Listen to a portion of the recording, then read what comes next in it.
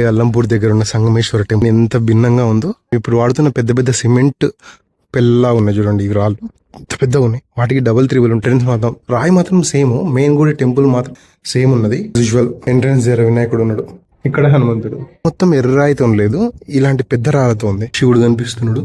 Sangameshwara temple కాదు ఇది, బయట ఉన్న వన్ ఆఫ్ ద టెంపుల్. ఇది చాలా చిన్నగా ఉంది. అసలు ఎలా వెళ్లే వాళ్ళు అప్పట్లో అనేది డౌట్. చూడండి ఇక్కడ కనిపిస్తుంది మీకు, చూడండి సూపర్ ఉంది. ఏంటో క్లియర్ గా తెలియట్లేదు. చూడండి ఇప్పుడు మీకు కనిపిస్తుంది క్లియర్. ఇక్కడ చూడండి ఎద్దు మీద కూర్చున్నాను. నేను యమధర్మరాజు అని నేను అనుకుంటున్నాను. చాలా అద్భుతంగా ఉంది. అసలు ఇలా ఎలా ఉంటది అని నేను నా డౌట్. ఇది టెంపుల్ ఇక్కడ చూస్తే ఏం కనిపించదు, కానీ ఇక్కడ ఉన్న అంతా. ఇది మెయిన్ ఎంట్రన్స్. ఇది వన్ ఆఫ్ ద ఇంకో టెంపుల్ శివుంది. ఇక్కడ ఒక శివుడు లింగం ఉంది, అది మెయిన్ టెంపుల్. అక్కడ త్రిశూలం కనిపిస్తుంది మీకు, దగ్గరకు చూపిస్తే మీకు.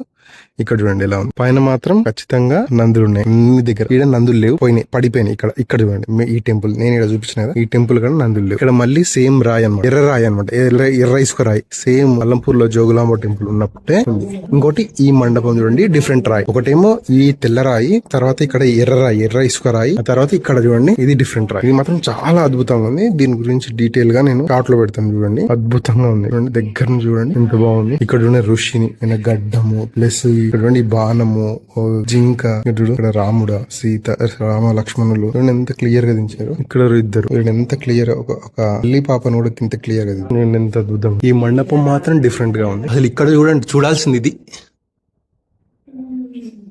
ఇది ఇక్కడ చూడండి చేతిలో నాట్యం చేస్తూ అన్నిటినీ మోస్తున్నాడు. అక్కడ వాళ్ళు డోలు కొడుతున్నారు. అక్కడ చూడండి వీళ్ళందరూ గణాలు అనమాట. ఒక్కొక్కరికి ఒక వాహనం ఉంటది. క్లియర్ గా చూడండి అందరు. ఈయన మాత్రం అందరికి తెలుసు, ఈయన యముడు, వీళ్ళు వరుణుడు. ఇక్కడ చూడండి ఈయననే మెయిన్, ఈయన ఇంద్రుడు. వీళ్ళందరూ గణాలు, ఒక్కొక్కరు వరుణుడు, ఇంద్రుడు అందరు ఉన్నారు.